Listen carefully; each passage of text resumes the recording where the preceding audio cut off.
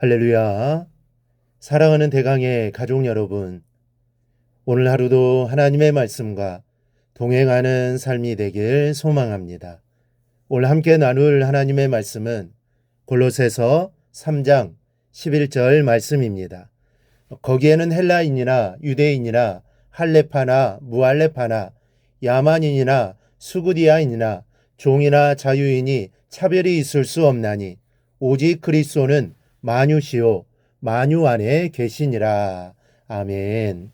하나님의 뜻은 연합에 있습니다. 즉 모두가 하나 되는 것이 하나님께서 가장 원하시는 겁니다. 근데 사람의 죄악은 하나님과 사람 사이에 넘을 수 없는 높은 장벽을 만들어 놓았고, 또 모든 삶의 원동력이신 하나님과 끊어진 인간은 결국 사람과 사람 사이에도 담을 쌓고 말았습니다.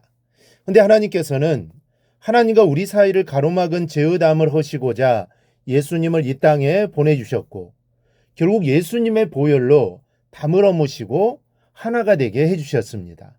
그래서 성경은 모든 것이 하나님께로서 났으며 그가 그리스도로 말미암아 우리를 자기와 화목하게 하시고 또 우리에게 화목하게 하는 직분을 주셨다라고 말씀합니다. 하나님과 사람 사이의 하나됨은 하나님께서 하셨다는 겁니다. 화목을 깬 건 인간이지만 하나님께서 화목하게 해주셨다는 겁니다. 그리고 그 화목의 능력을 받아 사람과 사람 사이의 화목은 우리가 감당해야 할 사명이라는 뜻입니다. 우리의 제일 되는 직책은 화목해야 하는 직책이라는 것을 여러분 기억해야 합니다. 그러나 우리가 살고 있는 이 세계는 아직도 서로 간의 반목과 다툼이 계속되고 있습니다. 나라와 민족은 서로 나뉘어서 전쟁과 내전으로 서로의 가슴을 피로 얼룩지게 하고 종교적인 싸움도 그치지를 않고 있습니다. 거기에다 지금의 어떤 시대인데 아직도 신분제도의 장벽에서 그리고 성차별의 불평등 속에서 고통을 겪는 사람들이 적지 않습니다. 오늘 본문은 이러한 모든 장벽을 허물고 하나 되는 것이 하나님의 뜻이라는 것을 말씀하고 있습니다. 이 바울은 허물어야 할 네 가지의 장벽을 말합니다. 먼저는 민족적인 장벽입니다. 이 본문은 헬라인이나 유대인이나 분별이 있을 수 없다라고 말씀함으로써 가장 먼저 민족적인 장벽을 말씀합니다. 이 본문이 기록될 당시만 해도 헬라인은 미개인을 한없이 내려다보며 무시했습니다. 헬라인들은 헬라어를 말하지 못하는 자는 누구나 미개인으로 취급했습니다. 자신들을 고대 세계의 귀족으로 생각했던 것이죠. 그리고 유대인은 선민의식을 가지고 다른 민족들을 깔보았습니다. 자신들만이 하나님께서 선택하신 백성이고 다른 민족들은 지옥의 불을 붙이는 나무 장작에 불과하다고 생각할 정도였습니다. 이런 민족의식이 민족의 장벽을 더 높게 쌓아놓게 했던 겁니다. 그러나 여러분, 하나님을 신앙하는 예수의 사람들은 민족에 앞서 인류를 생각할 수 있는 믿음의 눈을 가져야 합니다. 하나님께서는 인류를 민족과 나라로 나누어 놓으신 적이 없습니다. 사람들이 자신들의 이익을 따라서 민족을 나누고 나라의 경계를 만들어 놓은 것이지 하나님께서 우리에게 주신 것은 하나의 조상입니다. 모든 인류는 아담의 후손이요 홍수 이후부터는 노아의 자손입니다. 민족의식을 내버리자는 말이 아닙니다. 성경은 민족보다 더 중요한 것이 인류라는 진리를 말씀하고 있습니다. 여러분, 민족과 인류는 함께 생각해야 할 과제입니다. 민족만을 생각하고 인류를 생각하지 못하는 민족은 이기적이요 또 배타적인 민족이 되어버리고 맙니다. 그 대표적인 예가 유대인들입니다.